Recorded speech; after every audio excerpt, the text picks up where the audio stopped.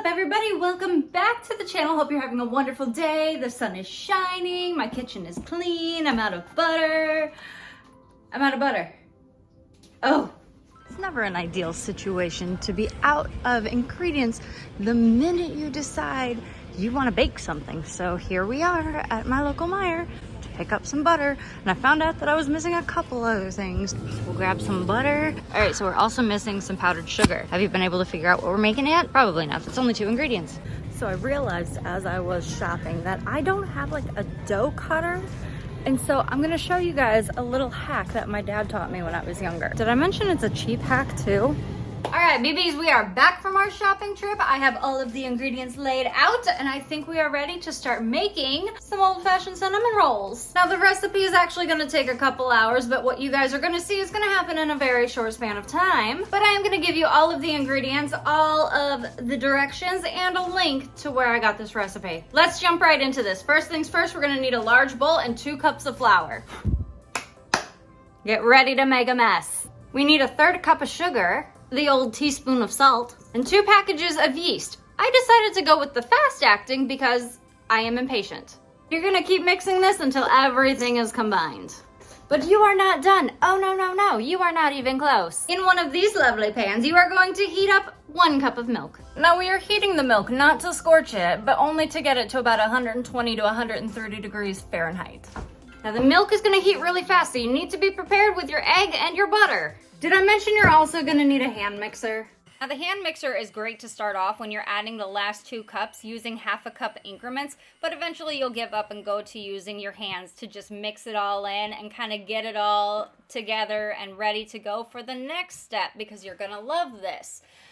Once you're done adding the last 2 cups, you're gonna put the dough on the counter, and guess what? You are going to knead the dough, pulling it in towards you and pushing it back out, back and forth, for a total of 5 minutes. Yes, it is a long time, but it is worth it in the end, I promise you. So you're just gonna keep rolling it and rolling it so it's not sticky. Now you're gonna get some non-stick spray and you're gonna coat the pan, and you are then going to do something that is a little odd, and I know that, but work with me here. You're gonna roll the dough around in this to make sure every portion of that dough has a little bit of that grease on it. Then you're gonna put some cling wrap on the top, and you are gonna let it sit for 1.5 hours.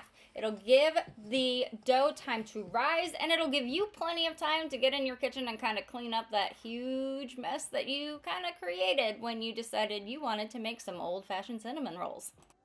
Sometimes it's fun to just check on it and see how much bigger it's gotten in just a couple minutes. But again, 1.5 hours.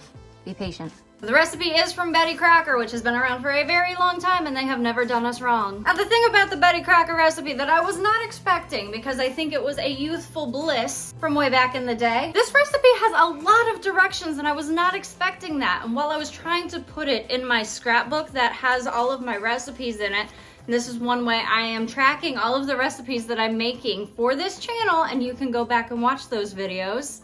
I had a lot of trouble with this one in particular. So much trouble, in fact, I had to tear out a bunch of pages because it was not working. But you live and learn, you get better as you go, and everything's fine. Now, while the dough is rising, I want you guys to kind of see what I have been doing with this recipe scrapbook.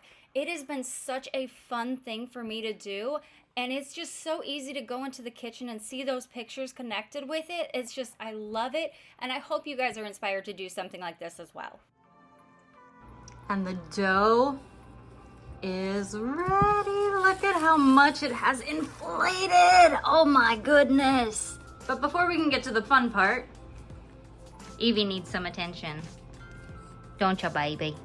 Now, before we can really get started on the actual dough, we have to make this cinnamon and sugar filling. And let me tell you guys that it is so easy and satisfying to get 1/2 cup of sugar right into the bowl, and then on top of that, 2 teaspoons of cinnamon right there. Look at that. I got a little whisk to mix this up, but oh man, I'm so excited. Oh, it smells so good too. I wish there was a way you guys could smell this cinnamon mixture. Oh, it's so pretty too. It always looks so pretty when you mix it. It's got that little swirl right there. We love that swirl. So we're gonna set aside the cinnamon and sugar mixture, and then we're gonna take our spray and our 9 by 13 glass baking pan. I think this is crazy. I don't know how all of this dough is going to fit in this little pan, but we trust the process. Get along the edges, because this is going to inflate. Now, once again, we set everything off to the side, and then we start sprinkling the flour all over the place. We are making a huge mess, and we're gonna take the dough and deflate it. Ah, so satisfying. Look at that.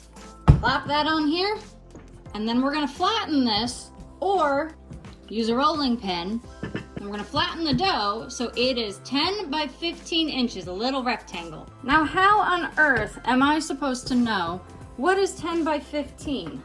So you can do one of two things. You can get a measuring tape and actually literally measure this, or stretch it out and hope for the best. I'm thinking I'm gonna do the second option. Y'all, there is so much flour on my floor. It's not even funny. We're making it too long one way. Hold on. We gotta start over. Start over. It's fine. This is fine. Just roll it back up into a ball. Try again. Gotta really put some muscle into this. My goodness. I might have gone beyond the amount of flour that this can have or handle.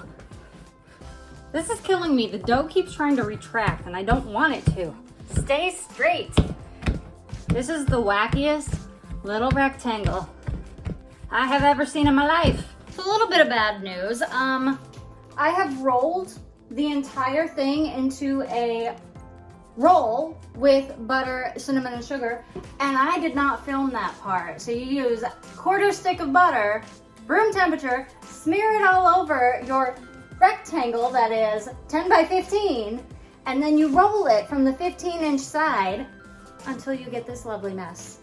But if you recall, I said that there was also a little trick to not having to buy really expensive baking items. To get these cut out into little rolls, get yourself some floss. I'm gonna strongly recommend you not get any mint flavored floss, because unless you really like mint that much, don't put that on your food. Now, once again, we have stretched and rolled to 15 inches, and now we are going to start cutting these up into little 1/2-inch slices and putting them in our little pan with a little bit of space between each one. Now, you wanna do 1/2 inch per roll. So what you're gonna do is you're gonna take your floss, twist it over, and then pull tight.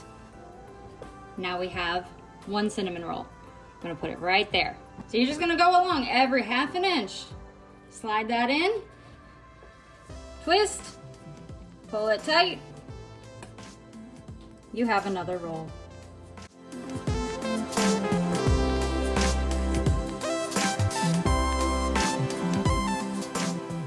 Now we're gonna cover these up once again with some plastic wrap, and then we're gonna let them sit for 30 minutes before we put them in the oven. They're gonna rise a little bit more, and we'll have our cinnamon rolls. You don't have to do this, but I like to cover them with a little bit of a towel to keep it nice and dark and warm. So our little cinnamon rolls are gonna take a nice little nap. All right, it's been about 30 minutes. You ready to see? Boom. They fluffed up again. Look at how big they are. Oh, these look so good. Cannot wait. We're gonna get them in the oven for about 30 to 35 minutes at 350 degrees. We'll take them out, get them on a cooling rack for about 5 minutes, and then we'll add some glaze.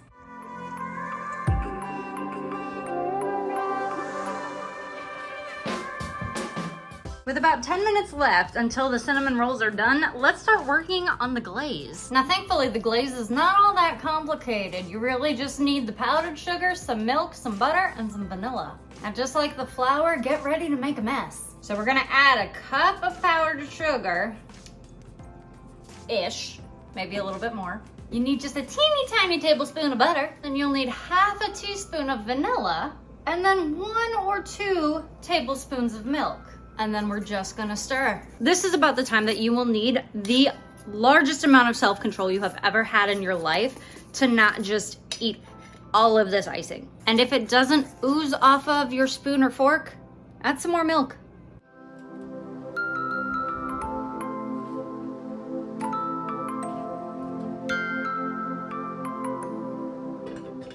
And guys, at this point where you're moving this stuff to the cooling sheet, I want you to be the most careful you have ever been in your entire life, because I'm telling you, hot sugar is no joke. It will leave a lasting impression on you and you will never do it again. Now, once you've waited the obligatory 5 minutes to let it cool, I have to grab a spoon, add that icing on top, and my goodness, just